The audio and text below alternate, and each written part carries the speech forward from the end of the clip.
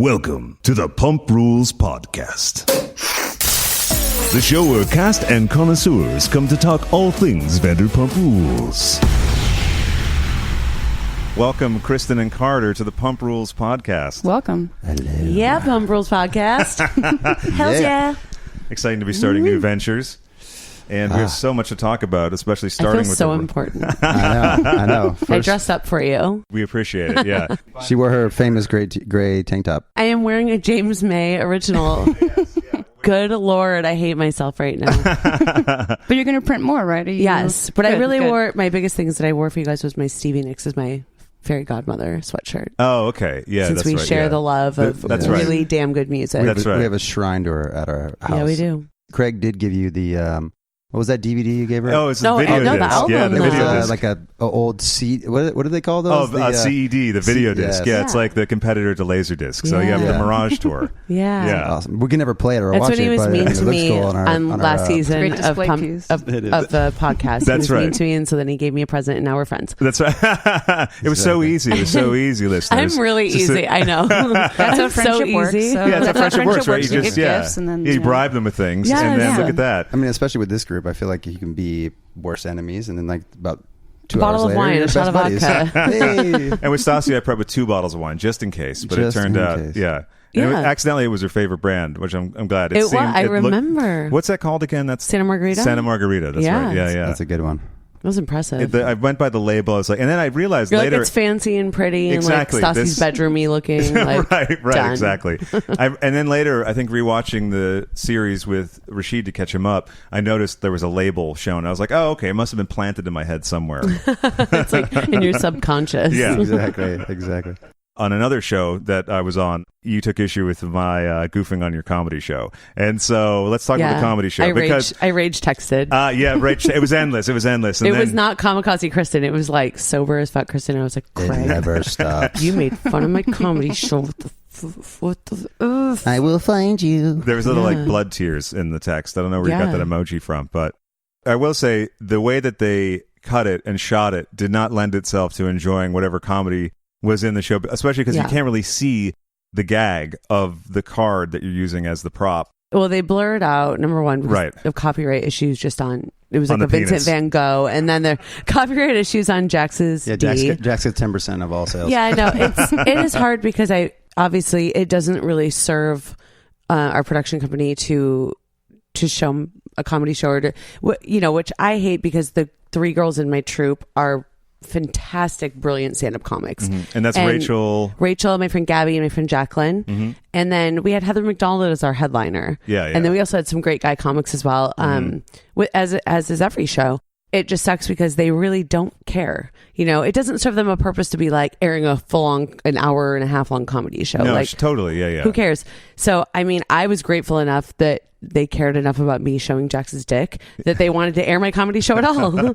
Because we also did it the year before on season 4, and they only used it as a flashback. So. That's right. Is anyone here Netflix special? I'm going to do a Netflix special. Well, don't limit it to Netflix. There's all sorts of on-demand services these days. Yeah. The only reason I take offense ever if people make fun of the show when they see it on Vanderpump Rules is just because those girls they work so hard. Yeah. And I absolutely stand by, now that I'm sort of a female comedy groupie. Mm-hmm. It is the hardest job in the entertainment industry to stand on stage, write your own material, deliver it alone, because you have no one to blame. It's not like being in a band. You're the drummer, the guitarist fucks up, and you're like, well, he ruined our whole show. Yeah, right. You know what I mean? Or like you're you're doing a scene like in a film or even theater, whatever it is, you can blame your scene partner or a co-star. When you're doing like stand-up comedy, what those girls do, you cannot blame anyone but yourselves, and they are so... they do it 7 days a week. You're so exposed to just all the trial and error it takes to like get to the point where you're I'll take a little hit. I'm not a stand-up comic. I've never said that I was.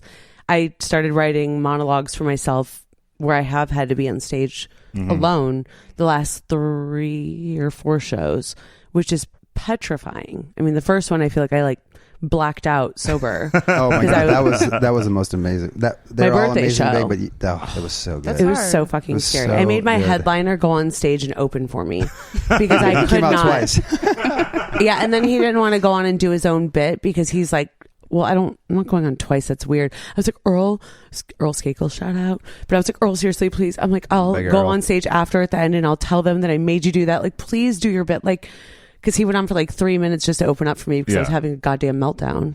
Shocking. Wait, when do you have those? But anyway, so anyway, I was sorry. This is news to you. This is news to me. Carter, I'm glad you're sitting down for this. But anyway, so that's the only thing. I only take offense just because those girls work so hard and they don't get, I don't want people to get the credit they deserve. Yeah, exactly.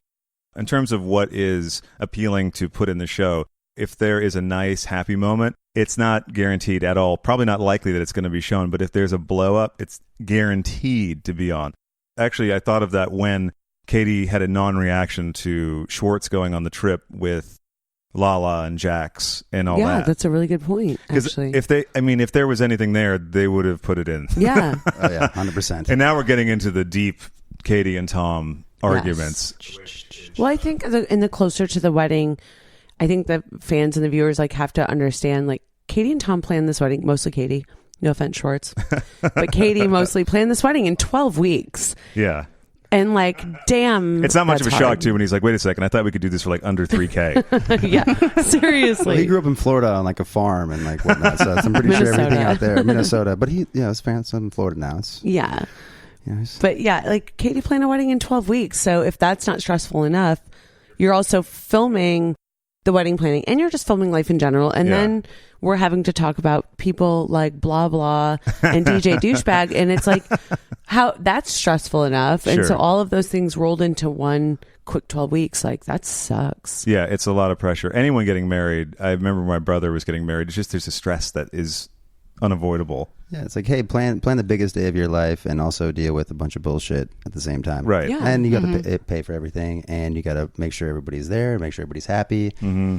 It's a lot of stress. Yeah. And inevitably lots of drinking to handle the stress, and then more fights and blow-ups. So. Exactly. I mean, that's just what we do. And it's no surprise if they were both drinking heavily the day that they had the argument that preceded the paint shop. Yeah, that's the only thing. I mean, Schwartz, God bless you. I love you so much, and he knows that, but this whole Tequila Katie shit, this summer was the summer of Tequila Tom. I can't wait until New Orleans airs because I'm really? I've heard hints. Well, and there's been that little teaser that came out of on the next half of the season. Yeah, the mid-season. Where he's in drag. On the toilet. That was the best. Just Hot Mess Express. My God. I'm so excited. Wait. I've never seen uglier women in my entire life. Hey. Peter was I have the nightmares every night because I was there.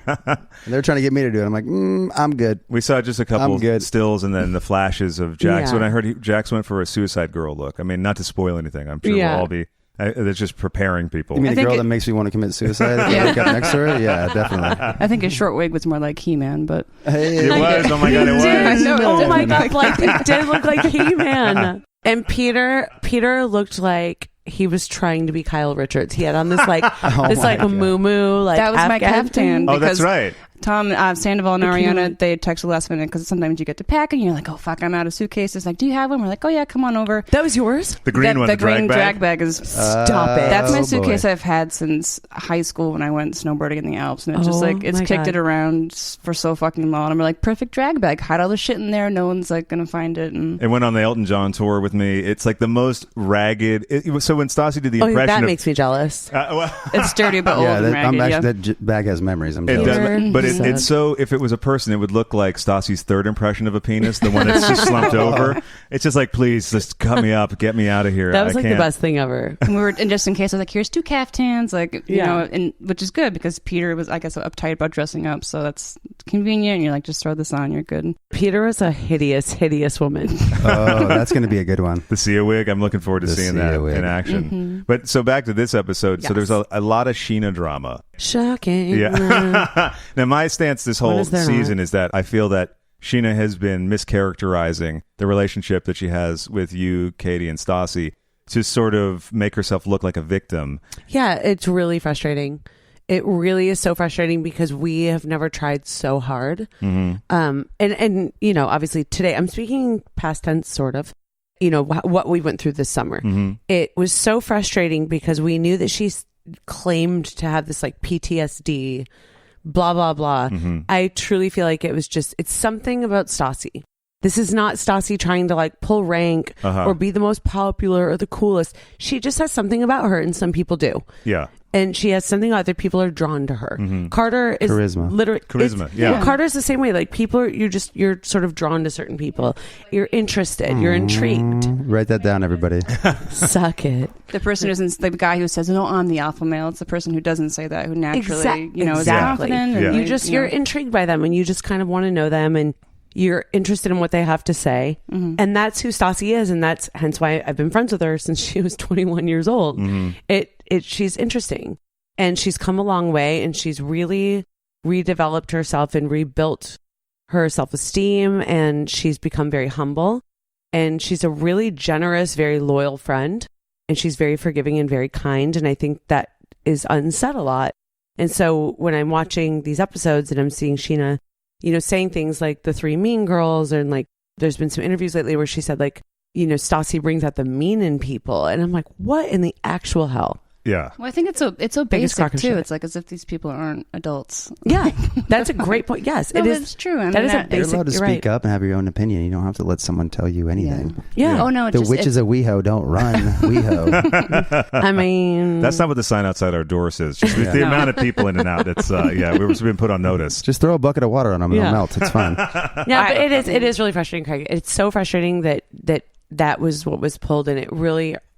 And I actually had to tell Scheana this today. Like, it hurt my feelings that she was at Tom Sandoval's birthday party when they sort of did that. I don't know if you want to call it a split screen or whatever, where they're like, we're all chatting, and then Scheana and Ariana are chatting. And okay, it makes for good TV, and it's interesting to see the two conversations. Yeah.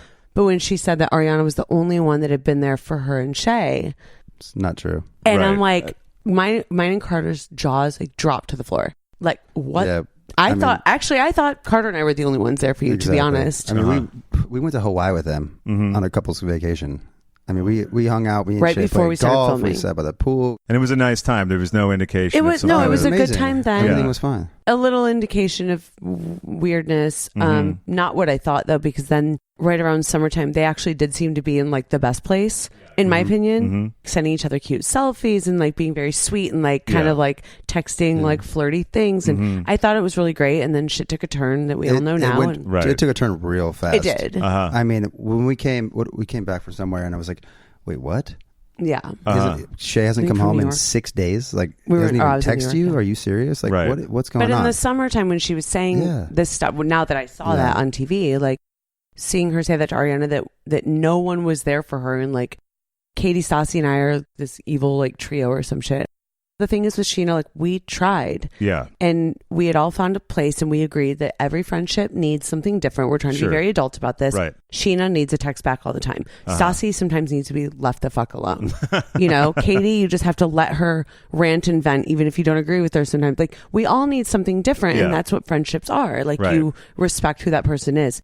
And yeah, so for Scheana to say, like, we didn't try, it's like, no, we tried to the point that, like, we couldn't give everyone else in our life attention. And there's a point where you get to that you're just like, enough is enough. Right. That's how I feel. Sometimes you can end up giving someone so much attention that it just was never good enough anyway. Yeah, exactly. And it's never enough. Yeah. I always think of the time in Hawaii on the last season when the whole... That's cool. I wasn't there, but tell me. So I'll talk as a viewer as well. Oh, how did that go? Well, I know because, I have inside information. So biased. So biased.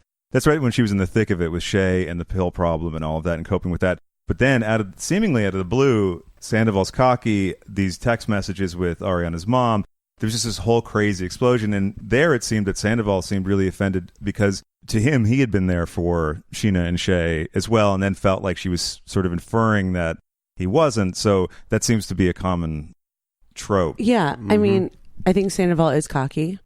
Extremely cocky. So I'll drink to that.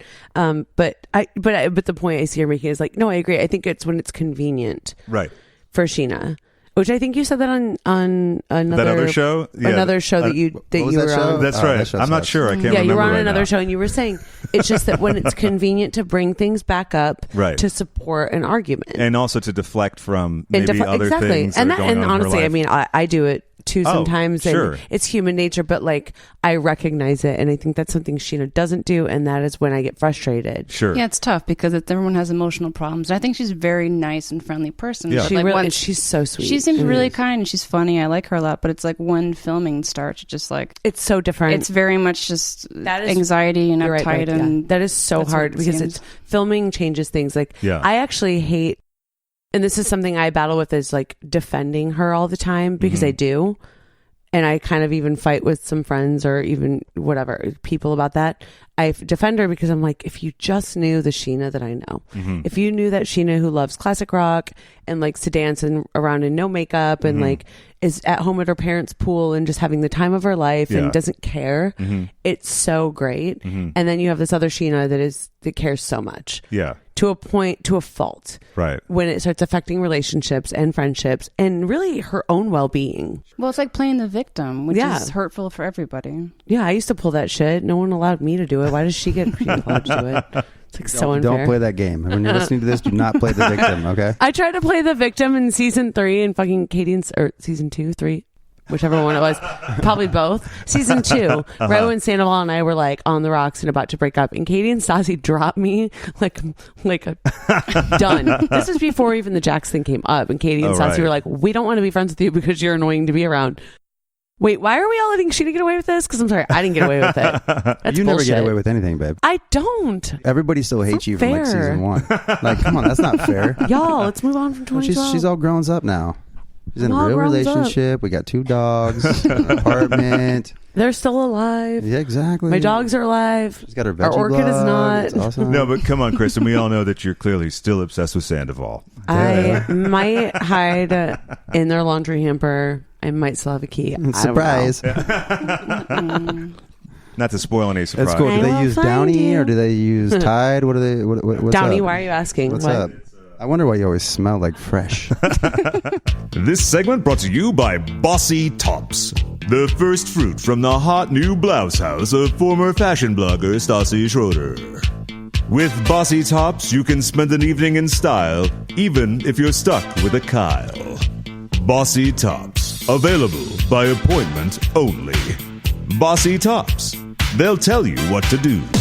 There's an interesting thing, too, where people like to cite examples from previous seasons with completely different cast members and their separate arguments as to reasons why current issues on the season are not valid, or somehow people have no right to be annoyed with someone. So what you're saying is that we're not allowed to hate Lala for fucking a married man because Sheena was with Eddie Cibrian? That's one example of it. And the other one is, who cares what Lala has done? I mean, they all fucked each other's boyfriends. Did you read Stassi's tweet? I loved that. Okay. That note that she posted, Yeah. I thought was really succinct, because it's one of those frustrating things where someone just keeps piling on the shit, and you think, well, how do I respond to this? And it is hard because do we actually care what Lala does or who she fucks? No.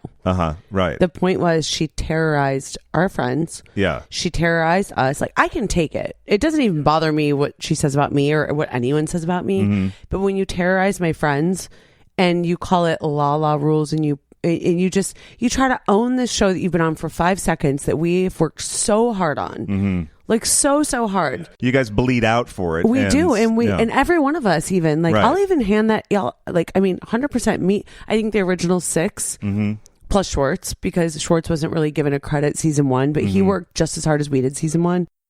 And I think Ariana was, no offense, because I know you guys are friends with her, but I think she was a damn coward not joining when she knew why she didn't want to join. But I'll even hand it to her the last couple of seasons. Like, she still puts in the work. Sure, yeah. You know, Yeah. I don't think she's very real all the time as much as all the rest of us, but she does put in the work. And so I will hand it to every one of us who put the work in. When you hand out an NDA, I just said an NDA, which is I yell at people. Well, when you hand out a NDA. Well, because also it looks strange on paper. Even the note that Stassi wrote, you look at it and your brain goes, wait, no, that's... she sent it to me and it said an NDA, and I said change that because it is a non-disclosure agreement, not right. N. But whatever. Okay, so but when many you hand out a non-disclosure agreement, yeah, I know, right? When you Are you hand acronym out, shaming? what? Yes. I am acronym shaming. Do not tell me, don't, lols. That'll never be said ever again. I might have to bleep that. Please do. I'm sorry. I'm actually really ashamed of myself. I'll take it as a funny. Yeah, cut out that part. Yeah. Even when Jax was here and we watched the episode, I can't remember the one where James calls Lala out, I think. So Jax even said, man, I fucking hate that kid, but he was right about this. And he also acknowledged that even he puts it out there. That's actually a very good point. Damn it, I have to say something good about James. That is a good point because he doesn't. That's one thing I'll hand him. He doesn't lie. Yeah. He definitely lies. But meaning like he doesn't hide. He's not fake. Stuff. Right. On camera. Yeah. He's just a douche. I don't know. He was doing yoga on a balcony and then riding his little fucking... That's Stoner Paul. That was the best What the stage. hell is that? That's not a penthouse. I'm sorry. That's like a 12-story high-rise apartment. That's one bedroom, and you're living in like the dining room. With his little keyboard. That was really annoying, and I hate. This is the one thing I that are very James and Sandoval like is like that whole Batman doing stuff while Ariana's getting ready and James is on. There's a camera in the house and you just happen to jump on your Segway to answer the door. I'm sure you do that every time there's not a camera in your apartment. What about when he was reading? What were you reading? The dictionary? Well, I was joking that it was the big book. Yeah, the big book. I'm sorry. Hey, credit to him. He practices. He got that all down pat. He's good. That's right. And the ice cream thing, the ice cream passion. We all scream for ice cream. I can't. Well, Craig can do the accent. That was a really good accent. I'm pretty sure you did pretty well. I'm sure it was rum raisin.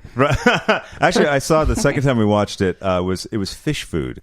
That is good. That's not fair because that's my favorite one. That's a good one. Well, that's a good one. Great. Guess who can't ever have that ever again? Why does he keep whiskey in the fridge? It might be Stoner Paul's. I'm not sure, right? Either way, that offends me. If it's Stoner Paul, was it in the fridge? Oh, it was in the fridge. He goes, "We have some whiskey in the fridge if you want, or bourbon or something." I was hoping he wasn't just not drinking for camera, and that but I'm like, if you have it in the house, but he probably already had it right before and did it right after, and he was like, "Lala, don't tell me to do that." Oh my God. But then at the same point, like, bitch, you're a bad friend. Why are you trying to get your sober friend to get wasted? That looked real bad for her, that entire conversation. Well, because, like, who the hell does that? Yeah. That would be like when Shay was really sober. He was sober for a while. If I was like, Shay, come on, man. Come on, come on. Don't, you're just fun. Just take one. Well, you know what it is? It's because it's like they're two sidekicks, but they're not really friends. Well, she wants to be the less fucked up one. If they're wasted and he's the one who's trash, then she could be like, "Oh, you're a mess," even though she's drinking just as much. Is exactly how it works. I'm not as bad as you. Yeah, they should just be like fucking me. Classic. She was fucking angry. They should be like me and Stassi and just admit that we're like functioning alcoholics. As I slurred that, it was cool. I didn't slur it, but I like stepped over my words. Yeah, spoken like a true alcoholic. I know, seriously. I love when Stassi broke down everyone in like what issues that they have. That was so funny. It was really good. Yeah, and back to when you said that she's humble now, and I've said this a couple times on some other show. But her humility that you see since she had the sort of come to Jesus moment where in Palm Springs. I think it was like Jesus, but. the Jesus, right. The come to Jesus, which I guess didn't happen in Palm Springs, but that was like the apex that was like of the arc of it, yeah. Yeah, exactly. Which also reminded me of when Sheena seemed to be so supportive of Katie's mission to surprise Stassi. Right. And the second, now again, it could be editing, but for my... No, it's not editing. Okay, because what I saw was a girl that was like, I'm with you. The second it works out... She was like, I'm left out. It's you three against me now, blah, blah, blah. Yeah. And I didn't know that happened. Like, I was in the pool... And I could see Stassi and I were in the pool, and Rachel and I, and we could see Stassi. And I can't even talk right now.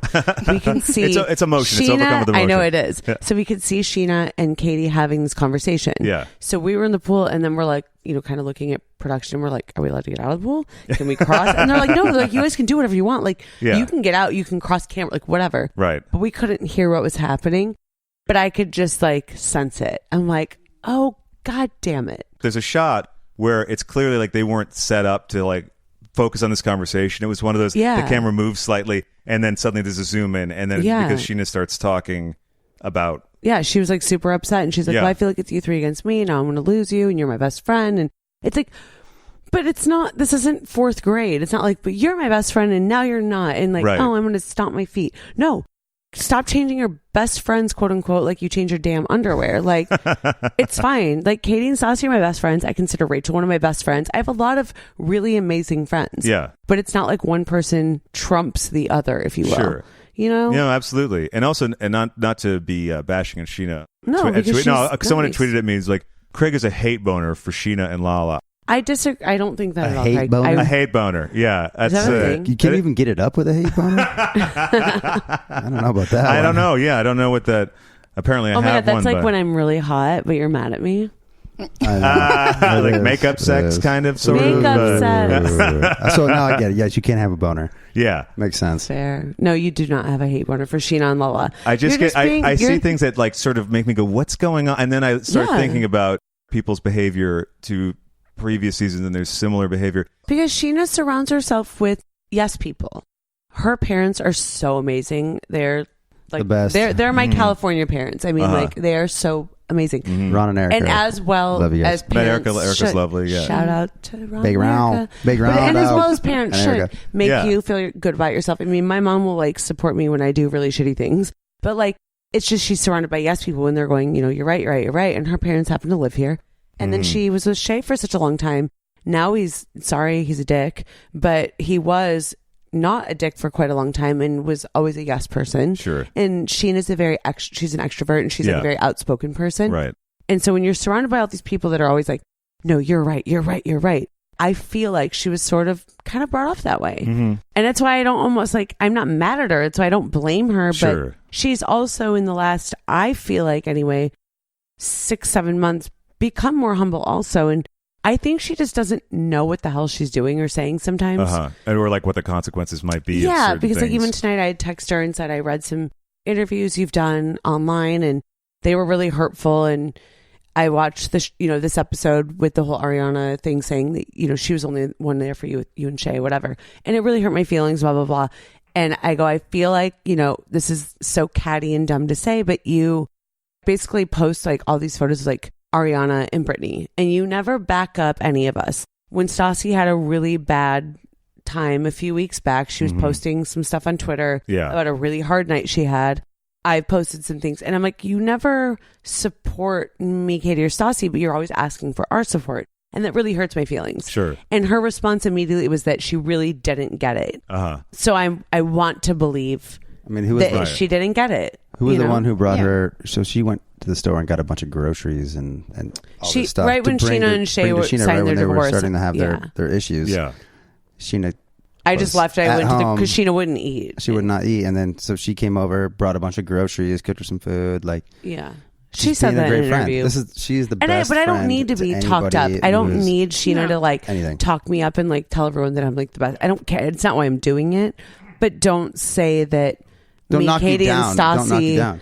And all three of us, because we have been, you know. And I think Sheena's very kind, but it's an inability for her to look outside of herself. So it's not even deliberate. It's like an emotional immaturity. Like, that's why I can't be mad at her, because I'm like, you don't get it. But you got to learn how to get it. That's the problem. That's true. And she seems to sort of commingle issues. So if she's feeling some way about the three of you, then that's blurred in with the other stuff, and then everything becomes sort of a negative for the other people. Yeah. They're going as far on the show to insinuate that Katie has a drinking problem. Oh my God, don't even you just got me started. Yeah. I was like, I'm like, you're going... Like I said, I'm going to stand here and say Katie does not have a drinking problem. Katie sometimes has a problem when she gets really drunk, as well as I do, as well as Stassi does, as well as Sheena does, as well as Brittany, Jax, Tom Schwartz, Sandoval. I see Schwartz upstairs in the hallway all the time wasted. You know, and that's like, not a dig on his character. We party, Katie but does like, not he's have the a one drinking problem. Katie drinks things. far less than like 80% of the cast. Just if she's upset about something prior to drinking and she drinks, she sometimes gets more upset, which happens to a lot of us. Yeah. Well, she's emotional. What's that? I don't even know what to say about this. I'm just like, danger zone. I know you feel that Katie's a mean drunk, but she doesn't have a drinking problem. Nice. But she doesn't have a drinking problem. I wouldn't say she's an alcoholic. I think she doesn't drink at noon like I do. No. You mean morning? Like we were talking about this earlier, Craig. It's like you're an alcoholic if you need a drink to function. Yeah. Yes. Or if you say, if you feel that you are an alcoholic and you say, I'm an alcoholic, I can't drink, that's a self-diagnosed thing. And people have to say it for themselves. That's the first step, right? Yeah, that's right. Exactly. So whatever level, if someone's a binge drinker or someone only drinks once every 2 weeks, but they drink to black out, and they feel that they have a problem. There's a lot of gray areas, but to say about someone else. It's just good to describe because most people on the show, for what we've seen, don't really know what the word sober means. So, can you define that with the Webster's terms, please? Because if you have a couple drinks, you're not sober, or even 1.5. You even 1.5 drinks. What if you're sober-ish? Sober-ish. Wait, I disagree. I can have 1.5 drinks and be totally sober. Jack, that is true. Her blood pumps with the it wine. Really does. Like wine is like water. Water is Capistrano. wine. She does fixate on things. It's not that she's wrong, but it's like that is a great point. It's a stubbornness. Yeah. Blythe, you should be a therapist. I thought that about myself recently. I was like, I should have been. You're very. That is a really fucking good point, calm. though. Thank you. Very biased, but calm. I'm very biased. Yes, So biased. Blythe has a nursery rhyme voice. Yes. Thank you. It's so soothing. It is. Oh, good. Usually I'm like, I'm mumbling. But No, you have a lovely voice. Thank you. You do. Oh, that was cute. But it's maybe in the past she hasn't like felt like she's heard. I think that she is like a dog with a bone. Like sometimes she'll fixate and not stop talking about something. That is such a good point. But she's smart and she'll get talked down. But it can affect people who are just like, especially Schwartz, are like, Jesus Christ, I don't want to deal with this. That is such a good point, though. That she didn't feel heard. I think in season. Let's talk like show wise. Yeah. In our group, trust me, she's heard. But like in seasons 1 and 2, I feel like that she was silenced by producers or editors or whatever it was. Yeah. Or maybe there were just stronger storylines, maybe. But they always made Katie look like this like side piece, like Stassi's minion, her puppet. And it blew my mind because I'm like, Katie and I had the same haircut. So Katie and I were like Stassi's two little minions. And I'm like, dude, Katie is not silent. Okay. Or short of opinions. Or short of opinions. Yeah. This did not just like suddenly happen. Yeah, right. Over the 7+ years I've known her, she didn't suddenly just like gain an opinion. No, it wasn't just like Stassi went away for a while and then suddenly she was like, listen, I'm the He-Man of the group. I found my voice. Sir, listen here now. Like I said, I like Sheena, but like, you guys see the truth in something, and so does Katie. So when you say what is actually happening, and that person's like, no, like, and spins it in a circle, and then get mad, and they can be like, oh, that person's drunk and crazy. I hate that shit. It's a real convenient thing. It is. It's such an easy out to say someone's drunk, and they're like, oh, well, they're drinking, therefore. Because they don't want to address their fucking problems either. It's stupid. Yeah. Maybe we're drinking right now, and therefore this is the time you're getting to see that we're going to say something. I think the point about Katie, though, saying that she just gets fixated and stubborn, that's really what it is. Yeah, and I think Tom also has nothing to do with alcohol. And Tom is the same way. Tom has problems, too. It's like, but it's all based on, like, emotional problems. And the season's going to get really fucking nasty, especially both of them, based on the fucking preview. I know. This segment is brought to you by Bias. Bias.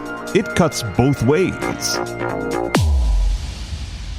Craig and I watched this episode, and we were talking about how Katie and Tom kind of both have, like, they just, the way they'll speak to each other if they're drunk or sober, it's like they're both being very inflammatory. Their fighting styles clash, But they'll both kind of go to a dark place when, it's at its worst. And I like that Tom admitted to having his own dark side that he went to. He sort of admitted it. They both find the Darth Vader inside of both of them. That Darth Vader sweet spot. He definitely has that, but he sort of aded it.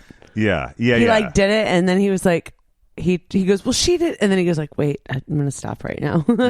So wait, I'm not gonna win this one, and there's no way to no, but it's like when you're like, when you apologize to someone, you're like, I'm sorry, but you did, and you have to stop and go. An apology doesn't end with but. Well, we all like it. Y'all like it in the butt. It's fine. You're so bad. Except Stassi, who Stassi hates anal. Wildly opposed. Well, that's why she can't get a boyfriend. Exactly. Stassi, note to self. That's why you're single. Put it in the butt. That is why you're single, Stassi. I like seeing Stassi committing to the year of single because I think that something has I think maybe done her a disservice is feeling like she has to be in a couple. I agree. And I don't know. I've never met Patrick. I don't know, but I think that premise has hung her up more than it's benefited her. He's a really good person. Like I really liked him. Mm-hmm. They're just not right together. Sure. And that just happens. Yeah. Mm-hmm. But she's definitely become more vulnerable and like opened up and I think become more self-aware. Mm-hmm. Absolutely. I think this season. Yeah. And in life. And it definitely shows on the show. In real life, like this summer or whatever happened. I mean, she says that she's not happy being single, but I think she's more happy being who she actually really is. And I love Stassi. Stassi's like my favorite person in the entire world. Carter's like soups obsessed. I'm Team Stassi all day. Hashtag Team Stassi. Like it was like versus me and Stassi, he would be like, sorry babe. You got to go. Yeah. I think I was taken to task for liking Stassi, but I was like, well, we met, we talked out our shit very candidly, even in the glam room before the show that we did, which is kind of a more intimate setting. And it was like, okay, I get this. And she said the one thing that she had a problem with, and we addressed it. And then was the fat thing, which, I felt bad about and genuinely. Yeah. And you guys like talked about it. Yeah. And then I just felt her as a person. I was like, okay. And there's a really great energy. Because she's not from her. A dick. She really is one of the most genuine, generous, kind, and loyal friends I've ever had. Right. Hence why we were able to bounce back from everything we've been through. Right. If you guys didn't have that undercurrent of love and everything, you wouldn't have been able to fix it. And then some people also think that if you can get over a massive fight as friends, it's a testament to the strength of the friendship. Absolutely. Yeah, I like that. That's why they're all best friends now, because they all get in massive fights and everything seems to work out. Right. They're like, no, this proves how good of a friend we are. Exactly. We're fighting now. I mean, with my friends, I'm like, if we ever got in a fight like that, I would never talk to them ever again. It blows my mind. You have a penis. I also think that a lot of friend groups, if they put a camera crew on them and explored their lives in such microscopic detail as they do yours, I don't think many people would get off scot-free. They're going to look like assholes. Becoming from an outsider's perspective, coming into this this season. Wow. Yeah, so tell us a little bit about that. It was a trip. Yeah. I mean, it definitely, man, I don't Well, you can't like take a platform and then like go. No, I know, but that's just how I feel, because there's like no words to express it. It's almost like it was insane. But you're still a part of it. I had a really good time. Yeah. I enjoyed getting to become really good friends with everybody. I knew them all before, except for Kristen, which is funny. Yeah. But that's why I love her so much, because I didn't have the precursor. But getting to know everybody a lot better and becoming better friends with them, I think they're all amazing people. And granted, like not all of them, most of. I mean, you all have your own. Jax is a dick. That's not true. Sorry, Jax is also the one person who would bail you out of jail if you really needed Jax. No, he's just really funny. I love Jax. I love everybody. They're all awesome. I don't know Lala and I don't know James and all those fucking bozos. Right, but they don't matter. They don't really matter. But like just becoming better friends with them, hanging out with them on a daily basis, definitely opened my eyes. And like watching the show now, like I'd seen episodes and I had known about it because being friends with them and whatnot, and haven't slept with Katie. What? So that's like an afterthought. He's like having stuff with Katie. Before we went to some games together. I slept with Katie. He had his dick in her. I love how Schwartz described it. That was like my favorite thing ever. It was so he goes, good. well, Carter. But I mean, that's the part. Like that's like the like the checklist to be able to be friends with the group. You have to have either slept with somebody or cheated on somebody. Or lived in the same building. Exactly. Right, so you guys are in. Exactly. That's how you become part of the group. You're all one. You've exchanged bodily fluids. Exactly. Y'all have to be Eskimo brothers or sisters. That's how we do. We're all some sort related. Slept with or near exactly the people. in the same area. In the other room. Same address. Point, but they all put their lives and hearts on the line, and they get judged for it so much. Right. And seeing the way that people treat them on social media and whatnot, being as true to they are as who they really are, is what is endearing. And at the same time, like it's like a bad look, but it's at the same time like it's real. Yeah, you know what I mean. So like you get to know them as who they really are, right? But they're all really good people, and they're all amazing. And we signed up for this. Like exactly. We know we signed up for it, but I didn't really know. It's sort of a conversation Craig and Blythe and I were having earlier. It's like there's a difference between being mean and cruel and being like made fun of. Sure. Poking fun and like judging. Like I judge. That's what I'm like really good at judging people. Judgmental Judy. And I take it too. But there's a difference between being mean and cruel and judging and poking fun. Totally. And that's what it all comes down to. We signed up for this show. We all have to own the fact that people are going to like have opinions. Yeah. You can't be like, don't have an opinion about me, but watch my show every week. 9 p.m. only by Bravo. They all care too much. Yeah, it's different. It's like, oh, your comedy sucks versus like, just fucking crawl in a hole and die. Like people honestly will post Who like, says why that? don't you just fucking kill yourself? Like people post the worst shit. Stop telling me to kill myself. It's not going to happen. Stop trying to make fetch happen. If I told some random person to go kill themselves, I'm pretty sure the cops would come arrest me. Like, God. Oh my God, I didn't hear the full Madonna speech at the Women's March, but part of it was like her saying something about like, I want to blow up the White House, and it's like, she will be investigated for like, yes, I blow up the White House. I'm like, Blythe, I just told Carter this. I was like, the FBI is going to like investigate Madonna. Do you really think she's blowing up the White House? Everyone calm the fuck down. Yeah, calm your tits. The dance routines are actually diversionary tactics, so she can slip in there with the bomb. Suckers. Yeah. Calm your tits. In a perfect world.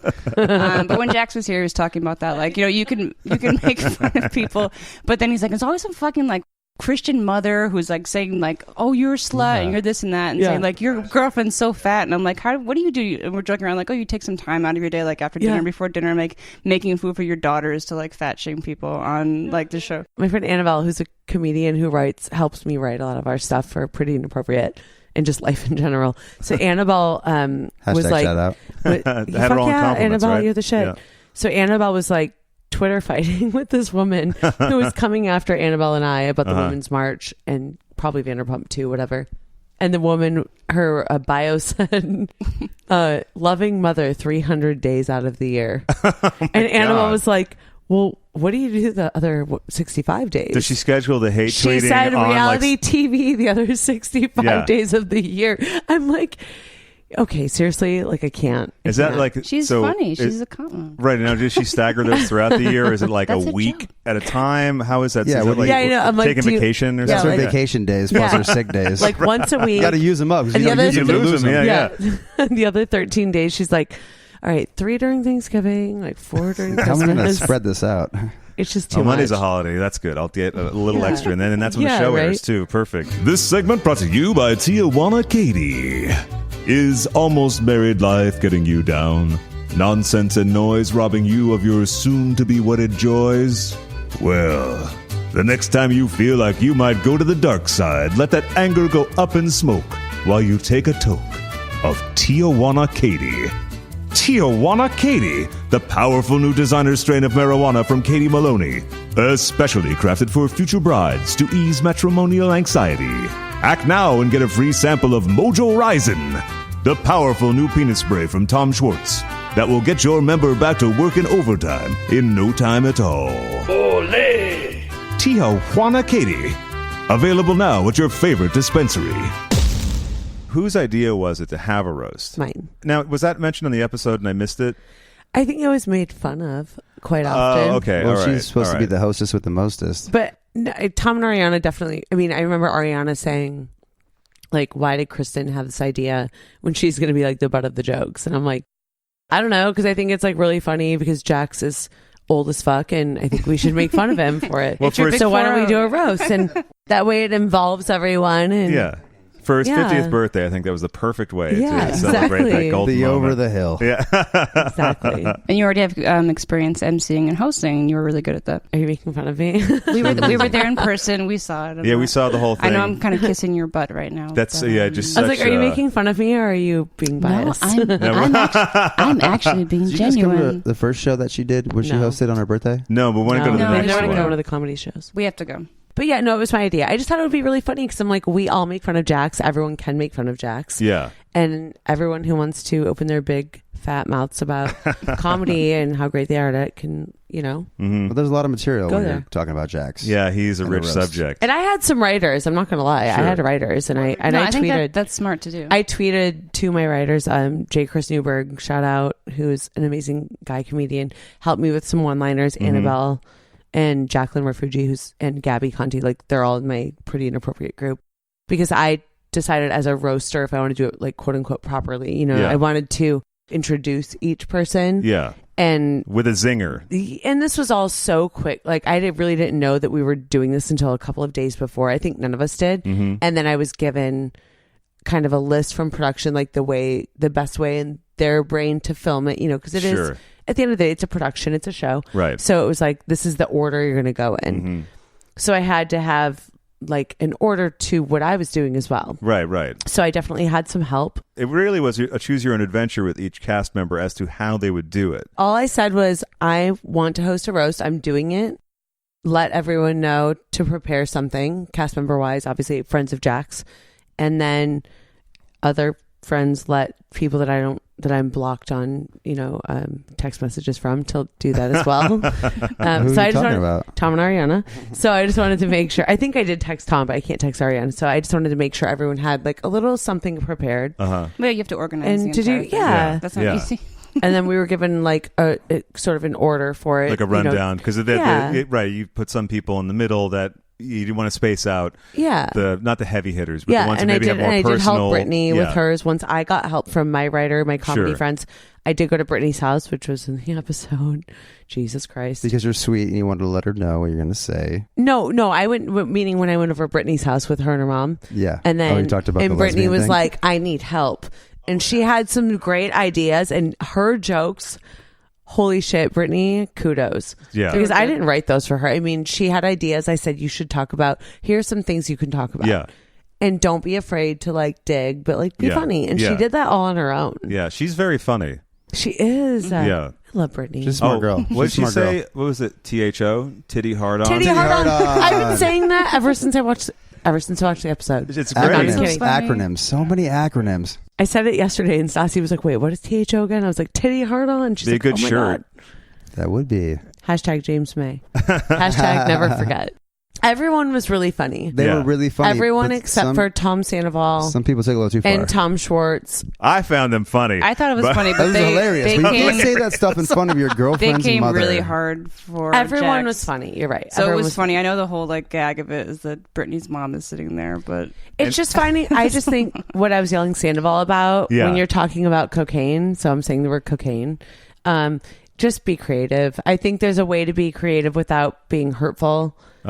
And it's like when I'm writing my vegetarian blog and I want to swear. Yeah, Veggieholic. Shout out. No, but just like in anything I write, even in comedy, it's like I'm writing, I want to swear because it's the way that I speak. Sure, I swear a lot, right. But it's much more creative to not. Yeah. And you can find a way to say something better. And that's kind of how I felt about a few people that roasted Jax, is that they went for the obvious digs. It was repeat from everybody. Yeah. Though technically, I'm surprised they could even keep anything in Sandoval said because of like the shit that he said. And I'm like, I wish that we had fucking run a recorder or something because none of this is going to make it on the show. I was shocked. I really felt that way with you said that, Craig. I may have a jaundiced view of it, but Peters, you went to the bathroom and I was like, oh my God, Blythe, God damn it, why aren't you here for this? I went to the bathroom and I was there. He's like, you miss Peter. I was like, I probably didn't miss that much. So no, I was like, it was like an Andy Kaufman thing. I didn't understand it. It was amazing. I love him, but it's like the inside joke. Blythe almost choked. Man on the moon right there.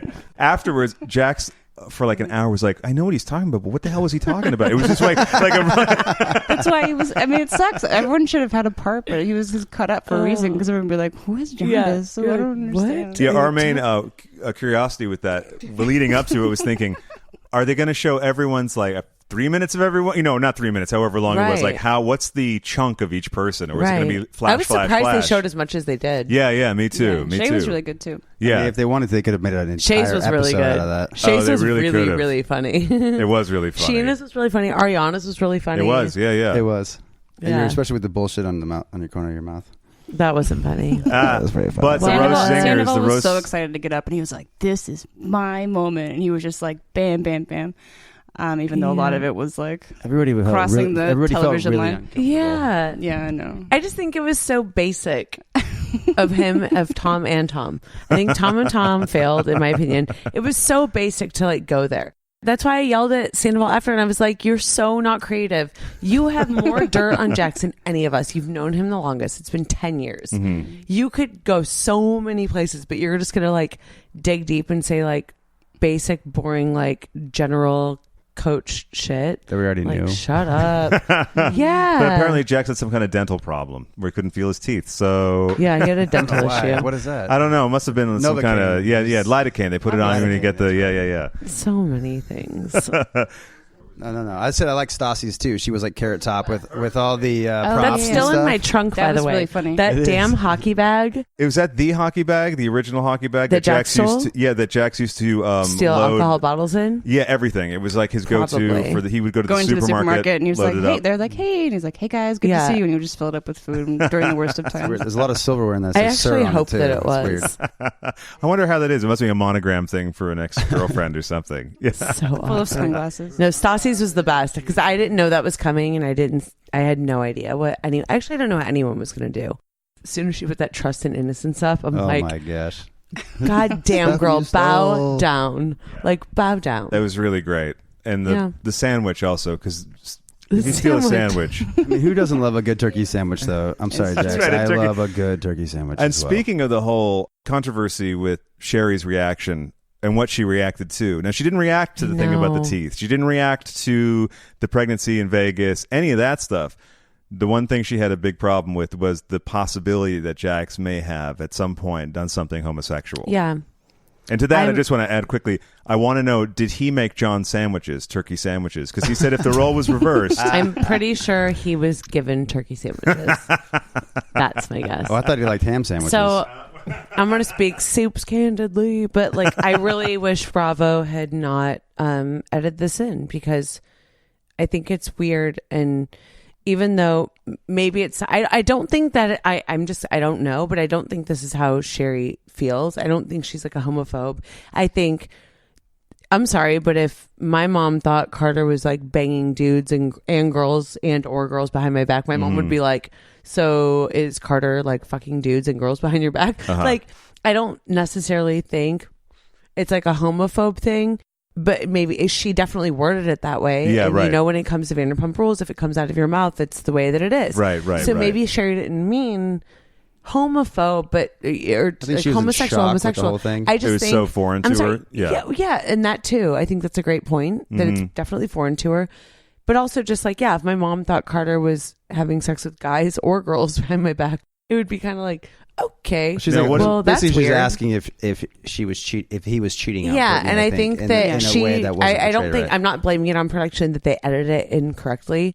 But I don't think Sherry maybe necessarily worded it the right way. I think she put an emphasis on it. Yeah. That she's like, "What? You're sleeping with my daughter and like and guys, and it was the emphasis of it, and that's the way that it appeared. And I really hope the viewers don't think, for fuck's sake, that we're some goddamn homophobe show because. Well, I don't think it would be the show. I don't think it would be the show. I think the impression is going to be that. You know, Brittany's best friends are gay men. Brittany, yeah, exactly. Yeah. Zach and like her ex-best friend Sean, who her mom knows very well, especially Zach, who's like our BFF ever. Yeah, no, and you think of Sherry sitting there who doesn't really know Jax that well, and it's like all these people have known him for his whole fucking lifetime, and she's like, "What the fuck is going on?" And she's like put on blast, and she's just so, and Sherry's so just she's innocent, you know. Now, what about her reaction to the text that Sheena sends you that? They might bring up the rumor or story that you and Brittany... You guys, let's hear that about was the worst. I'm getting itchy right now. That was the worst moment ever, and they really didn't even show everything that happened right then. So, yeah, didn't necessarily see that coming. So I'm sitting there with Brittany and her mom. Jax is sleeping in the other room, cranky per usual. Was he in a button-up? He seems to be sleeping in button-ups. Yeah, and his like black like button-up that's now like faded, faded black. His Sir shirt, he has like 3 of them. It's cool. So we're sitting there and Brittany brings that up and I'm like, awesome. So then Sherry's like, what rumor? What are you talking about? And Brittany's just looking at me and I'm looking at Brittany and there's this weird ass silence for what felt like 10 minutes. That's what I was like, Brittany, do I just say it? Like, you're such a good friend. We're not going to get around this. Like, but how does Brit, like me, if it was me and my mom, I'd be like, Mom, Jax made up some fucking rumor, like Tom or Carter made up a rumor that I was like fucking girls. Like, I don't know. Yeah. My mom and I are different. Brittany is from, shut up. Like, Brittany's from Kentucky. Our parents are very conservative, you know? It's a very different world than we live in Los Angeles and West Hollywood. But it's also tricky because if you don't tell her what the actual rumor is, and then it is brought up at the roast, that's even more of a problem than if you bring it up straight up. And you don't want to bring it up to her because you don't want to hurt anyone. And her mom is just from a different world. Well, there's also the aspect of it that it would be cheating on Jax, whether or not it was a boy or a girl. I think it was more of the like, you made out with your friend or went quote unquote. Number one, I don't think any conservative mother wants to hear about Britney going down on anyone, even if it's her boyfriend. I highly doubt Britney's mother, Sherry, wants to hear that Britney gave Jax a blowjob. Yeah, right. Probably not. Yeah, or even an OTHPJ or whatever. Or an OTHPJ. Yeah. Over the pants hijab. And my mom or a THO. is super like liberal and like fine. My mom doesn't want to know that I give Carter BJs. Like, yeah. You do? Hey mom, guess what? Like I totally gave him a BJ last night. No, we don't Breaking have news, that. Inquisitor, listen up. Seriously, we don't have that conversation. Because that's Lala and her mom's relationship. So you're right. You know, Drop the mic, Blythe. That's so biased, but I have to agree. I love when they showed all the moms. When they showed, not all the moms, but they showed Dana talking to Stassi, and that there's that funny moment where Dana's just like, "What's going on in here? Where's the AC? It's too hot." And then and they're just like squabbling, and then they show Erica and Sheena, and I gotta say I felt a little creeped out because of the way that Erica said, "Oh, what's been going on lately? Oh, really?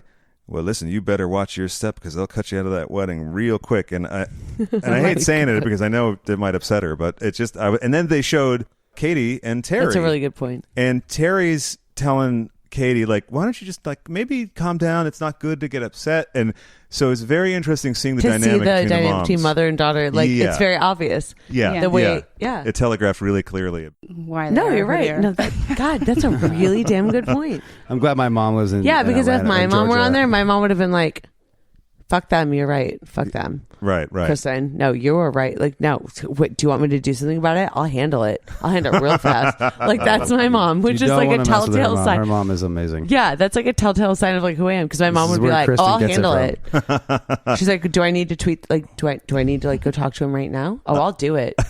I mean, whatever. Side story is real. Many a year ago when I first started dating DJ D-Bag, which my mom named him, by the way. Oh, I love that. My mom was in town and we were having a viewing party at the parlor, and Sheena and her mom were there, and Sheena was my only friend because Katie and Stassi hated me, and James was there, and then Tom and Ariana showed up, and all of a sudden I'm standing outside and I'm talking to one of my friends, and then I see my mom from afar talking to Tom Sandoval. Yeah. And we had just broken up like 6 months before or something like that, and I'm literally like, fuck, mom, what the fuck are you doing? Ariana's here. Why are you talking to Tom? Why are you talking to Tom at all? And so I'm texting her, I'm blowing her phone up like, I hate you, I hate you, I hate you. You can go kill yourself. And so she's having this conversation with Tom. Cut to 20 minutes later, and my mom walks over and she's like, you don't think I know what I'm doing? Ariana was watching us the whole time. Oh. Granted, this is 3 plus years later, but I'm just saying, if we want to talk about moms, my mom was pulling a me. I'm like, Mom, you're a dick. No one needs to like show Ariana that you like can have a relationship with Tom. Like, you're a fucking asshole. It's so unnecessary. Again, this was like right when Tom and Ariana started dating. They're super happy now. I believe that they're meant to be. I'm not being an asshole. Oh, no. But this is cast your mind back, listeners. Right, but just to prove like we're moms and daughters. Like my mom pulled that shit right in front of me, and I'm like, why the fuck are you being nice to him? Oh, because you want to show Ariana that Tom's being nice to you too. Like, you're a cunt. Like, so it's funny in a good way. But yes, Mom, I love you. In the Erica Jane way. This segment brought to you by Britney's Sandwich Prison, the haunting new film from legendary horror master Dario Argento.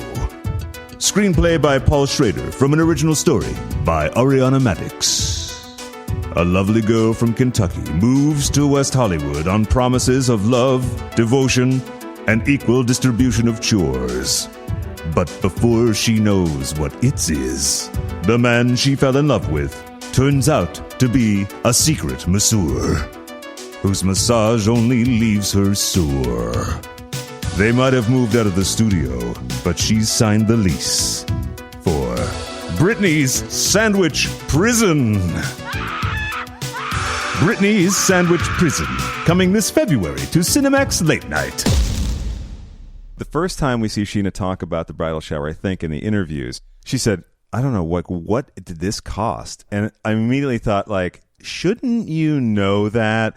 Yeah. So my question is, she didn't plan anything. Why would you want to get her involved? Because it's just like the Montauk trip. If you try to get her involved, she's going to be like, no. And it's easier not to involve her. Yeah, I mean, that's how it went. So really, honestly, Jennifer, who's Katie's blog partner, Shout out Jennifer Plucker and Pout. Shout out Jennifer Hoffner. Oh yeah, she said it was her friend's house. Right? It's her. Yeah, it's a friend of hers. So Jennifer was able, because we were trying a few different places, and it was kind of coming down to the wire, and we were not getting what we wanted or where we wanted for a price that worked. And then Jennifer was able to pull this off for us. You have to be able to film there, so that's another thing. It is really hard. Yeah, and we want it to be the best thing ever. We wanted Katie to know nothing about it. Yeah, and Katie and her mom and her grandma had a limo. Mm-hmm. Shout out to Katie's grandma.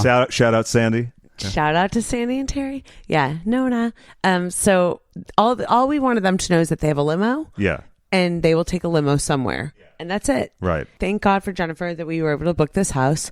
We cooked everything ourselves, mostly Rachel, honestly.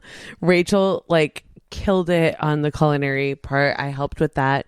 What was in the food array? Because we saw the Taco Bell tower. We saw the Taco Bell tower, yeah. But then we just had some tower of amazingness. Basically, some large salads and pasta salads and like standard shower fare. But we didn't have a caterer. We did everything ourselves. Oh, that's cool. Does anyone want a refill, by the way? Not that I push booze on our guests, but... Oh, gosh. Who drinks alcohol on a Sunday? No. It's just high C, children. Listeners, it's strictly healthy. Fruit juice. Exactly. It's grapes. It's good for you. That's right. It's good for the heart. Very tart grape You're juice. stealing my line. I said it's organic. Look, I have a water in between, but no one could tell. No one could tell. No, it's very deceptive. It's pure vodka. I know that is what it is. That's what she calls her water, by the way. So she hangs out with us, that's for sure. It's the same thing. She blends in so well. The bias is eaten into her brain. That's why we're friends. So. Blythe, why you got to be so biased? Why are you so biased? I have a problem. Really judgmental. I am Blythe and I am biased. Hi, Blythe. Yeah. No, so we really every single girl in that wedding party, hardcore shout out, because I think a lot of people don't get all the props, but Jennifer and Rachel, myself and Stassi, we worked so hard. Yeah. To make sure Katie knew nothing. She didn't have to worry about it. She just didn't involve any of us when she was getting married, because she had this wedding party of yes, people that weren't us. We weren't even that great of friends. I mean, we were good. We were great friends, but we weren't good enough for me to be any part of her damn wedding. And Stassi wasn't invited. That's right. And Katie had the extra chalice that she was given as a friend's chalice, but she wasn't a bridesmaid. Right. Ariana was a bridesmaid, and then that was it. Okay. As far as cast was concerned. That's right. Yeah. And not that Katie had cast as her bridesmaids. Because actually when Katie was actually asking for bridesmaids, when she was okay, this is who I want, she actually came to me and said, I really, really want Rachel and Brittany to be part of my wedding party. Kristen, do you think that they're going to think that I only want them because of a show? She's because I really want them. Yeah. They're the best friends to me ever. They're so kind to me. They're so generous. They've been so there for me, and I don't want them to think this way. Yeah. And I was no, Katie, if that's what you want, do what you want. Yeah, totally. And she's well, I might have more girls than guys then, but I really want them to be part of my wedding party. And it made me super emotional. I'm that is so kind of you. You should do whatever you want. This is your day. Right. Fuck a show. For the rest of your life, you're going to look back on this. You're paying for it. Yeah, exactly. Do whatever you want to do. But really, I wanted her to look back on it and just say, I made all the right decisions and everything that I wanted for myself. And then I had to keep a secret, which I'm really not good at. And I did keep a secret, and they had no idea why they were going to that lunch. Okay. When I was invited to that lunch, I was motherfucker, I'm getting my bridesmaid invitation. They show you working pretty hard too, because you're transporting stuff by hand. Oh, at the bridal shower. There's a great clip where I don't know what it is, you hand it off, you go, it's really heavy.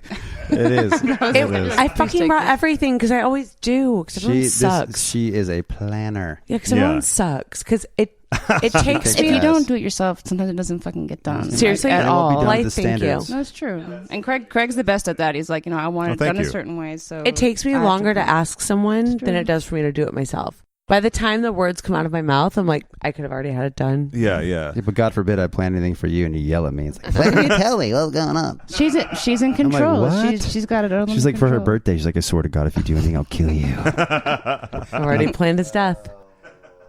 Her bridal shower was super beautiful. Mm-hmm. And again, you wanted to keep all info from Katie. So It must have been kind of jarring when you discover that Sheena at work is telling Katie about her issues with you guys. I'm going to throw the microphone. Yeah. I'm so We have a supply behind you, actually, just for this purpose. So you can I'm throw it. Fucking mad about that. Thank God the auxiliary cord is shorter. That's right. Doesn't break that the TV. was so They're fucked color up. coded, for a reason. Yeah. No, but that was crazy. That was really tacky, and it's also, to me, Tacky it was as a fuck. real dig, because it's not just because you don't do that accidentally to mention to the bride that kind of thing going on.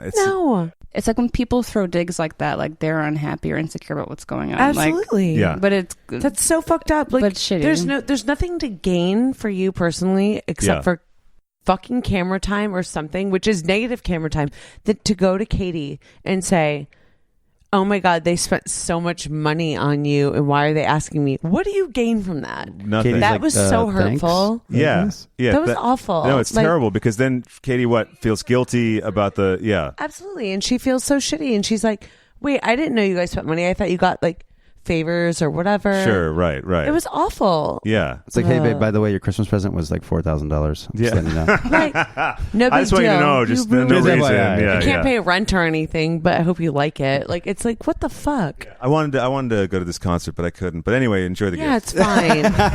I really wanted to go see my parents, and but that's I had to cool. buy you- I had to go. No, You that's gotta so get this hurtful. thing, but I'm That's glad so you like it. hurtful. Yeah. Well, you can cut this, but I feel like everything is so fucking amped up with her this season because she would have wanted her wedding completely featured like Katie is, and hers was. I know, but it's like, No. but this She's is, jealous, but this, right? yeah, Is it's what you're a- saying, Blythe? She's yeah. jealous? I'm sorry, It's a- Sheena. yes, I thank fucking you. love you, It's but hard to We're gonna have say another that tense word. moment at a know. gathering No. now. This is what I'm sorry. Sheena, I love you to death, but I have felt that way since Katie's engagement was announced. The first time I saw it, like on E! News, I wasn't there for it. Uh-huh. I was heartbroken. Oh, I was right. Okay, that's right. Yeah. Distraught. Yeah. Like, it was the. I had I was there when she found out. I had someone in production text me and say, "Hey, check social media so you know what's going on right now. Check Katie's Instagram."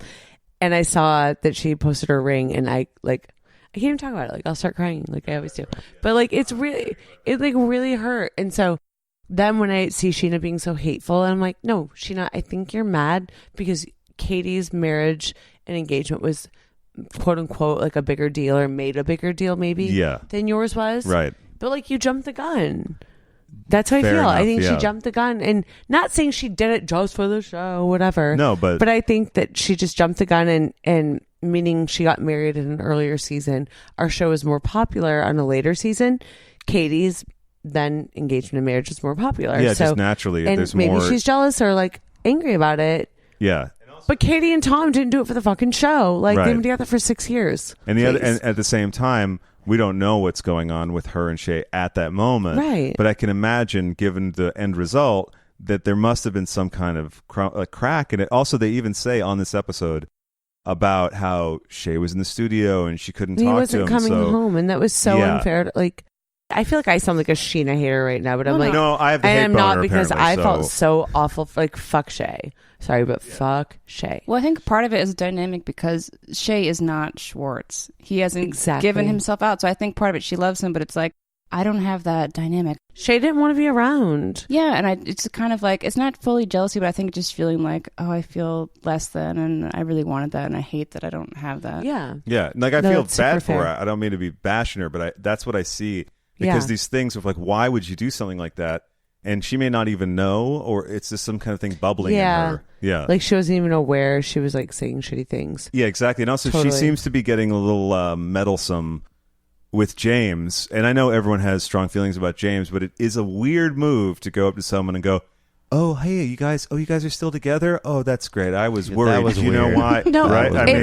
I mean, I'm fucking glad she did it. I'm not gonna lie. I don't give a fuck. Uh-huh. I'm glad she did it. What frustrated me is that whether it was her intention or the way that it was edited, and I hate saying editing, but it did feel that way, it made it look like she was reporting back to Stassi and I. Oh, okay. And yeah. that's not the case. Yeah. I mean, I'm glad she did it. Like, fuck him. Call him out. Mm-hmm. You signed on for a show, James Kennedy, just like we all did.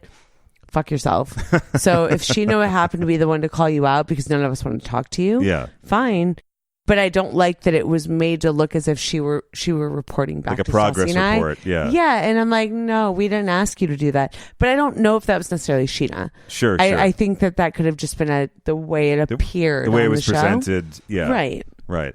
Because we didn't ask her to do that, even though we definitely went to him and said, tell me all the la-la shit. Right. Which I understood. Some people seem to have an issue with that. as like, why do you care? But to me, I thought, well, they care because this girl has been attacking Katie off the show, and Katie didn't, as far as I know, retaliate in any way on social media. No, we retaliated for her. But it all came out 3 brains in one. The OK Magazine party, which, and by the way, so I think Lala has seen previous seasons of the show. And I always like to note that I love when they say they haven't. They're like, I have no idea. That. But then she referenced something. She referenced something that only a fan of the show would know. I think on the show, she said something about either that or she had deep discussions with everyone. So it's one or the other. And I could be wrong about that. You know, my hate boner is going crazy. I mean, she doesn't live in a cave. I'm sure she's been aware of some of them. Oh, she just stumbled into the restaurant. Yeah, just casual. Oh my God, can I get can he work here? I'm really in the house. Can I have a strawberry? Which I'm not sure. I believe the story she told us on some other show I was on, or the Jenny McCarthy show. It's hard to parse out. Or Brittany out. Glanville. That's right. That's right. Yeah. I love that too. It's always the person who it doesn't work out for them and they're so fucking pissed. So they're going to go around and just talk shit and just be like really fucking awful because they didn't get their way, like a fucking child. Suddenly you're doing like 40 million podcasts in like 1 week. Oh my God. But you fucking hate this show. And then you'll have dinner there a few weeks later. Oh, let's talk about that a little, because your side of that was not presented. Now, I saw the Inquirer. Yeah, so I want to hear both your perspectives, because the Inquisitor article... The Inquisitor. I always consider them garbage. Well, the name says it all. They are garbage. Yeah, they're garbage. They're garbage. They basically take tweets and like sort of like rewrite them a little, and then they say, and then it appears that this happened, and it was very clearly a publicist relating what happened. Lala's garbage ass publicist. No, she's trying to slang her new EP, whatever it's called. In process for almost exactly a year. Because, if not, because I know that if an eyewitness saw something, it would be like, I mean, an eyewitness saw Kristen do blah, blah, blah, blah, blah. But Lala was about to drop her new EP with DJ Duffy and K Camp. Oh, she was having a business meeting. Business meeting about her new EP. Yeah. That's a great place to talk about. How the fuck does an eyewitness know that? Super quiet, intimate, and we can talk about business. Yeah. You are a psychic? Yeah. Can I have you on my side? How did you eyewitness that shit? Good for you. What happened that night? I don't even think I'm supposed to talk about this, so I'm going to keep it real short. Okay, we can. Because my publicist doesn't really want me to. Super long story short, we were definitely there. Mm-hmm. Carter and I, we had dinner somewhere else. We met Brittany for a drink. She was getting off work, didn't want to be there by herself. Our friend Zach was there as well. Peter was there. Mm-hmm. Peter was there as well. Yeah. So we had a drink in the room that the quote unquote eyewitness said that is the employee only room. The lounge. The bathroom, the back bathroom, and you guys were all hanging out in the back bathroom. It's the one right before the garden. You know that the room where the bathrooms are before the garden. Yeah. So it's not an employee only room. Yeah. So we were at a table. There's 2 other tables. There were people at both. Lala stumbled back very wastedly and wanted to take over one of the tables. While there's drinks and purses and jackets, all scattered. And I said to her was like, you can't have that table. I'm like, there are people sitting here. Yeah. Brittany could actually see into the lounge area. I could not because my back was to it. And Brittany was like, I see someone talking to Peter. So I think that was her quote unquote publicist. So Lala stumbles away after getting annoying and aggressive. And that was kind of it. And then at one point I had walked to the front of the restaurant, whatever. I went to smoke a cigarette on the patio, and Lala then calls me over. So she's now sitting at a table in the lounge. It's called the Kimono Room. And she calls me. That's the best. I know. I actually had to ask Katie and Seth. I was like, "What's that room? What called right there?" I still can't figure out which room is the Kimono Room. The next Kimono's the one between the restaurant and the lounge. Oh, right when you walk into the lounge. Oh, it's that first little part by the VIP room. Okay. Doesn't it have a kimono in a glass case or something? So I know, right? Can we just hang a kimono? No, but so this is where her bullshit starts. So she actually starts going, "Kristen, let me buy you a shot. Kristen, let me buy you a shot," and she's screaming. And I said, "Why are you here? Why are you here? You're not on the show.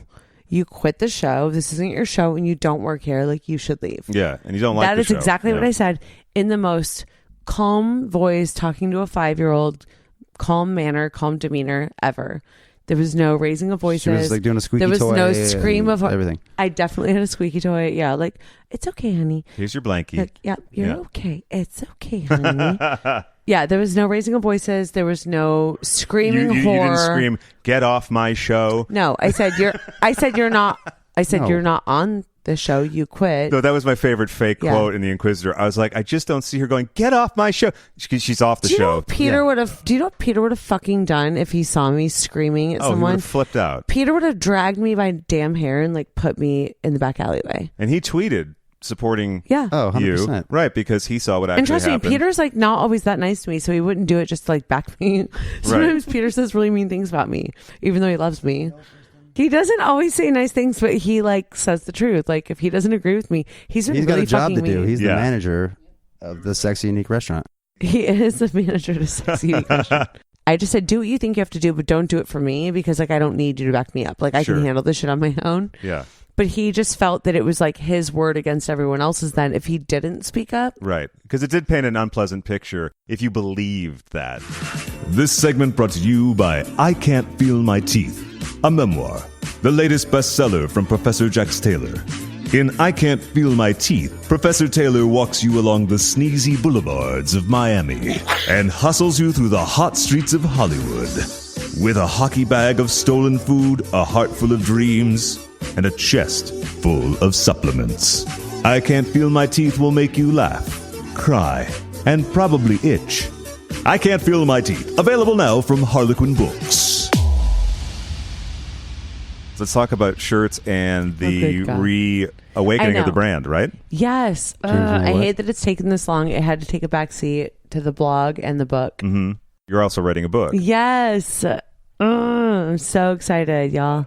Kristen Doute, internet detective, sharing her wisdom about internet detecting with you. Absolutely. All you boyfriends out there, you better be scared. You best be scared. Scared. You best be scared. Make sure you get an iPhone and have that private stuff.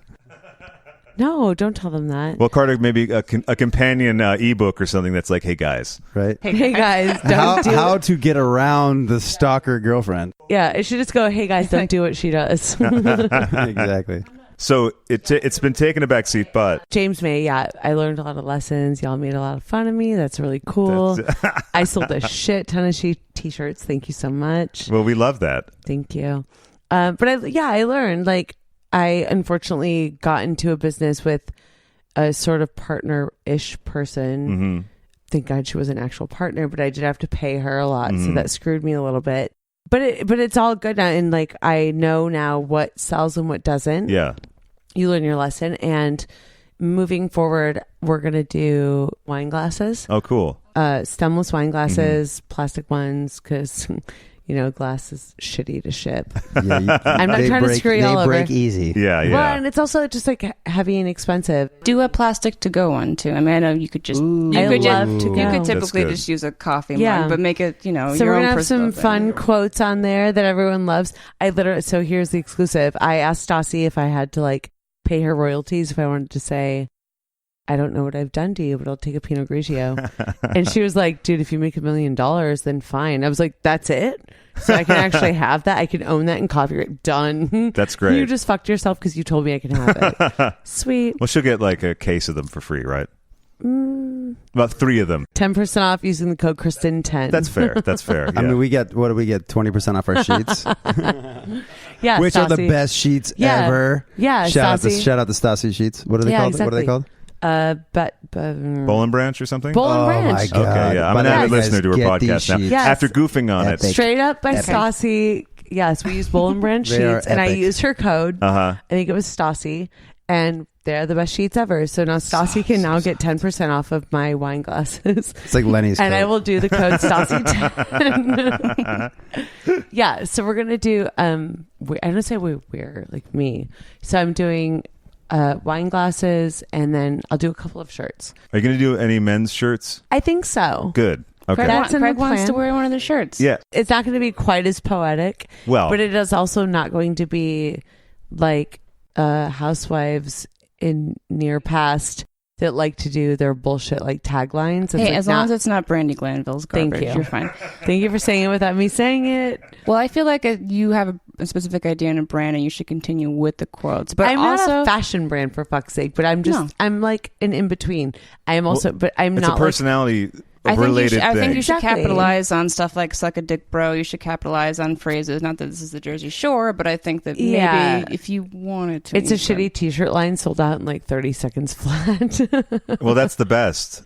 I just had a fan messaged me on Instagram asking me if I could send her one of those shirts, and they were so sold out, and I'd already cut my losses with the company I was working with, which I had talked to you about before. Sure. Which is why James May sort of took a turn, and I just was working with someone in Chicago, and I'd rather work locally. Yeah. So with this fan who was so sweet, and she asked me to send her something, which it's coming. Sorry, it's been a month. Sorry. But I was like, they're gone. I have one that's my own. I was like, I don't fucking want this shit. It reminds me of James Kennedy. You can have it. And so I have it. I have it packaged for you. I forgot your name, but it's in my Instagram. But I have it packaged for you with a few other ones. The book is The Tits. That's not the actual title. Just to anyone who was confused. No, that's not a bad title. No, the book is The Tits. So, I mean, I'll just throw the name out there. Michelle, I hope I can say this. So, a friend of mine who is one of Schwartz's best friends, Michelle Alexander, she wrote How to Lose a Guy in 10 Days. Love that movie. Best movie ever. Yeah. So she wrote that book. Everyone go on Amazon and fucking order it. And Michelle's amazing. And she is a really good friend. And our friend David Grant, who I stood up with in Katie's wedding, it was his idea. And he said, you want a ghostwriter for your book? We thought about a cyber sleuth book sort of a situation. Yeah. And David said, you should totally talk to Michelle about this. Michelle and I had a meeting. Carter was there, and Michelle was like, dude, I have the best idea ever. And we worked from there. I'm not going to, don't give too much. Yeah, that's we have a really amazing idea for a book, and that will definitely come out this year. So that's like my number one with Veggeholic. Veggeholic.com. Yeah. Shout out Veggeholic.com. Fuck yeah, I have a blog, and I want to give a major shout out to Katie. VEGI. Thank you, doll. VEGIHOLIC.com. Y'all say I'm an alcoholic. Shout out Rants and Recipes. To Katie and to Jennifer, Katie's blog partner at Pucker and Pout. Katie helped me so much when I started doing this, and I just read this really great article the other day where Sheena said that we're all jealous of each other. Which is a bone I had to pick with Sheena. That was from the Tomorrow Show, I think. Yeah. Okay, I haven't listened to the whole thing yet. I haven't. I just read an article. I got it into Google. I got a bone to pick. And so I just said, and I texted Sheena about it, and I said, this really tickles my fancy in the not right way. Because I text Katie and Stassi about it, and I said, of course I'm envious. I am so envious that Katie has an amazing agent, a brilliant blog. Stassi has an insanely successful podcast. Right. But I am so proud. Yeah. I'm envious in a way that makes me want to work harder. Like a motivation. Absolutely. And Katie and Stassi have been the best motivators for me because whenever I'm like, well, wait, how did you get that? They're like, work your ass off, bitch. You took 2 years off when you dated DJ Douchebag, and you kind of did nothing for a while, and you hoped that things would happen for you. And they were right. I fucked up. And I took time off, and I did not do everything that was handed to me or things that were gifted to me, or you know what I mean? Yeah, yeah. So I think that Sheena was really fucked up in saying that, because we, at least 3 of us, are not like angry. That you guys all support each other's we're so excited. Outside. And every time someone does something great, we're more excited, and then more like almost like angry happy. Yeah. Like, damn it, I have to do something even better because she could do that. Yeah. It's so fantastic. Like, I'm so proud. I'm so proud of Katie and Stassi and everything that they've done.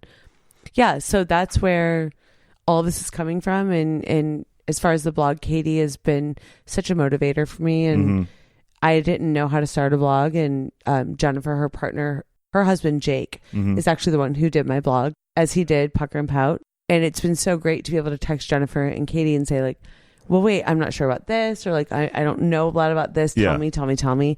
And they've been so supportive. And I just think, like, help one another, like, Yeah, it's hard. I think it's a rare thing too. A lot of people have friend groups, and that's not a natural thing. Like, if you can find people to collaborate with, that's awesome. I just think everyone should fist pump and shake hands and help everyone, because we're not competitive, because Katie's a beauty blog. I'm a vegetarian blog. It's so different. Right. And then Stassi's like a fashion... What don't say fashion blog. You know what I mean. No, I'm just kidding. I'm kidding. And now, a reading from Veggeholic.com. Rant. Fat shaming. Dear internet bullies, I'm so over you hiding behind your computer screens and hating on women's bodies. We both know you don't mean it, nor would you ever have the balls to say it to someone's face. Are you perfect? That was a rhetorical question because the answer is a hard hell no. I purposefully Snapchatted a photo not long ago while filming the main titles for Vanderpump Rules. I was wearing a tight dress and no Spanx. I hate Spanx for one reason. They make me insecure. If they don't fit the way the Spanx designer intended them to, I'll look fat in your mind. I had nothing but a thong on underneath, a seamless one at that. And trust, my muffin top was peeking out. My friends don't judge me. My boyfriend thinks I'm beautiful no matter what, yet the entire time I was in that outfit, I was stressing out that an imperfect photo would end up on social media and be my own personal hell for the next week, at least. So instead of freaking out about my wardrobe, I ate an extremely tasty enchilada and had one of my producers take a snap of my food baby. Hey, I need to be entertained too. I seriously imagined a plethora of VPR Season 5 speculations via trashy tabloids. As expected, the pregnancy rumors circulated almost immediately, but what I didn't expect was all of the fat shaming. If I wasn't pregnant, that clearly just meant that I had gained a substantial amount of weight and had been hiding it. The comments on my social media were repulsive. Thank God I didn't post a regular unfiltered pic of me hanging with my girls. Did you assholes know that my thighs were touching too? I hope the dress was long enough that you couldn't notice my cellulite. I am not perfect, and neither are you, so cut the shit. To the woman haters, you have flaws, we all do. What gives you the right to pick on anyone? Have you ever put yourself in someone else's shoes or bikini? To the men haters, do you have any idea what it's like to be a woman? How would you feel if your daughter/sister/girlfriend/wife was the victim of online fat shaming? Imagine the most beautiful girl in your life constantly crying inside because of a stranger's comment. What an aesthetically boring world we would live in if we were all a cookie-cutter version of one another. All you rude people with your worthless opinions should take a hard look in the mirror and a bite of humble pie. When you cyberbully someone, please know we're not the ones you're grossed out by. It's you. In imperfection lies beauty. We are all unique. Give someone a smile and a compliment today. Be gracious and kind. It feels a lot better. Love, Kristen. P.S. This is called a rant for a reason. This is my space to blow off steam with passionate word vomit. Positive comments, especially to empower women, are encouraged. Since we were talking about James a little bit, I loved in this episode when he's like, yeah, on my first night at the Red Berry Hotel, and we're doing everything but drinking, and he calls it his new pump. I can't wait for next week. Wait, hold on, Craig. That was the best English accent. I can't wait for next thanks, week. Mate. Yeah, kind of like I could be cool with you, mate. It's all right, you know. It's bollocks. He wasn't bollocks. He was fucking fantastic. Look, it's me. It's all right, Kanye. mate. I talk like this because I think I'm Cockney, but I'm not because I know I'm from North London. North London. I'm going to put a gun to my head. Like, no. You're fucking losers. You're fucking losers. And again, he gets back to my favorite thing he does, which is the Andrew Dice Clay cigarette wave. Back when he broke up with you and that thing. He was just like, Kristen, and then dashing the cigarette around. It was a whole thing. Okay, Kristen Doute. Kristen Doute. So yes, that is her name. Yeah, it's really interesting the way he and Sandoval both say my name. Like, no one says it that way. Sandoval's always like, Kristen, and then James like, Kristen Doute. Oh my God. Doute. And when his voice breaks, he's like, Thomas. Thomas. Sandoval. Please, Sandoval. My family's in trouble. Don't I'm living the dream in LA, splitting DJs at the Rackberries and, dropping the dimes and on the, that shit. I beg for a job from like Arthur, right? Like I go to ice cream with Arthur, and I'm like, "Hey, thanks for like being my sponsor. Can Lisa Vanderpump, thank you so much. You're making me feel so much better about myself because I got nothing. Lisa, Ken scares me. That's the one. Ken is scary though. Lisa, do you guys ever play Heads Up? Ken's a badass. Oh, we played Heads Up at Do you play Jax's. Heads Up? Do you ever play the accents and impressions? No. We didn't. Oh my God, that sounds incredible. I'm the worst at it, but Carter's the best at it. Dude, that James impression was spot fucking on. I had to live that shit for a year and a half, and you just owned it. Yeah, wick. I'm crying. That's my DJ. Oh, it's okay, babe. Just hit on. Turn the on button on. You see that, oh my God. You see that button that has a triangle when to the right? Goes, yeah, push that how button. do you set up? Like, what? Wait, James said, how do you set up your DJ stuff? Baby, I'm sorry, this is a public service announcement. Does anybody know who drives the black Prius? Black Prius. We have your keys up here at the front. It's got a Mickey Mouse key on it. James, is that your Prius? I mean, it's a hybrid, so it's all right. Look, it's like high. It's good for energy. I don't spend a lot on gas, which, not having a consistent gig at my favorite James, lounge. I love energy. By the way, we don't call it gas, we call it petrol. Petrol to put in my garage. I love energies. I love your energy. We have a lot in common because she loves energy and I have great energy. Ice cream gets me very energized. Oh my God, I'm such a troll. Fuck my life. Uh-oh. I love ice cream. We're so biased against James, too. I know. No, come on, Blythe. Give me your best English accent. What do you got? God damn it, I already did it. She did a really good job. Any last thoughts on DJ James Kennedy? Here's my last thought on DJ James. If I had to choose, if someone came to me, God perhaps, and said, James or Lala, which one do you choose? Never thought I'd say this. James. Yeah. You James don't want to be on my goddamn show all day long. That is how bad Lala is. James, figure it out. You're welcome on Vanderpump season 6. Being in a room with her is like a walking mess. Like I just don't. Yeah. And the joke earlier about like love and hip hop, I'm like, is she fucking she can do what she wants, but she's appropriating black culture. So that's why I make that fucking joke. Yeah, not quite much worse than you using the word ratchet a lot, but I'll give you a pass. Well, you guys are missing the snorts. The snorts are the best. I'll dub those in. Okay, anyway. Yeah. Blythe is like really fucking funny. She's Blythe like, is really funny. People don't get it. Yeah, Blythe makes me laugh like no one else. Hey, can we be best friends? Oh wait, we are. Oh, you're so biased. I was doing it all. Thank God you got your own show. You compliment me, I compliment you. We're best friends. We made an agreement. We signed a thing before. Best friends that anyone ever had. Well, thank you guys so much for being on this inaugural episode. Not yet, no. Okay, but good. I want to get the. No, stop, because Carter is going to move in. I want to hang out. He loves a good podcast.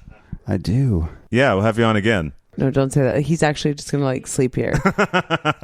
He's going to be. You think I'm a psycho stalker? He's like, Jax's man cave is done, but he's not in there yet, right? No, he's going to be sleeping in your hamper. Hey guys, what are you guys doing? Podcast? Carter loves a good podcast. Well, you're good. You're good on a podcast. I heard you two on Stassi's. And I'm going to get Stassi a mixer. Don't tell him that. No, I'm going to get Stassi a mixer so you guys don't have to share a mic. Yeah. You heard that. Yeah. You could tell because she was talking into the whole time, and I was like, yep. And one Tom and Katie too, I was like, I know that one mic thing. It just doesn't go. Yeah. So no, you guys rock. We love you. By the way, stop being so biased because seriously, if you guys like us anymore, I'm not going to be your friend anymore. I know it's too much. It's just too much. You guys rock. The fawning and everything. And by the way, Vanderpump Rules podcast for the Craig has the best Mickey Mouse sweatshirts right now. Did you get me this one for a gift or did I? No, you got that's you bought that yourself on eBay. Blythe has got me a couple Mickey. Yeah. I will tear up eBay. Hashtag couple goals. Hashtag couple goals. We've made mistakes. Back at you guys. We've gone out in public with matchy Mickey shirts, and I'm like, God damn it! Or you're like, no, I want to wear the Genesis shirt today, and you're like, but I don't have any clean shirts. We've shown up places actually. It's gonna be in your vows. You were there in your Mickey sweatshirt, and I was there in my Mickey tank top. Blythe is anti-marriage, misogynist, feminist, Ariana loving, fucking Jesus Christ. Can we just have a party and you don't have to sign a piece of paper? How about that? There we go. I'm down for that. Are we doing more acronyms? Oh, by the way, I wanted to mention that the aggro between you and Ariana is flaring up a bit in the show, but mainly in the roast episode. Yeah. So, and it looks like it's going to develop further. I just said, I don't take comedy that seriously. So she takes comedy very seriously. She really does. There were some. I mean, she studied at Juilliard or whatever. What's it called? She definitely did not study at Juilliard. That was Laura Lee. Kidding. That was Laura Lee. Laura Lee. Never forget. Never forget. Shout out Laura Lee. All right. Thank you, guys. Blythe, you rock, by the way. Thank you, too. Hey, BPCE. Best podcast ever. Get off my couch. Find us on Instagram and Twitter at Pump Rules Pod, or go to pumprulespodcast.com for more information. Email pumprulespodcast@gmail.com and follow on Facebook at facebook.com/pumprulespodcast. Thanks for listening and see you next time.